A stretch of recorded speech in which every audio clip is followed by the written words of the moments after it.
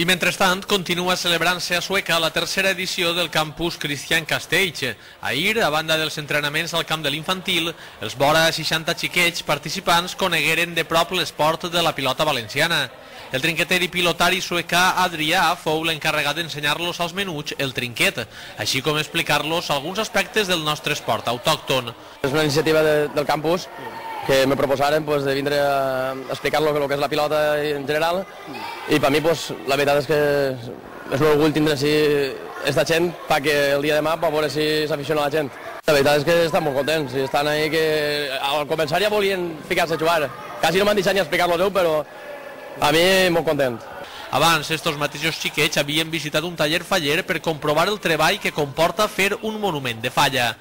Per esta vesprada està previst que visiti el campus el davanter gallec de l'Alavés, Dani Bouzas, futbolista que ha jugat també a equips com ara l'Sporting de Gijón, el Rayo Vallecano o l'Albacete.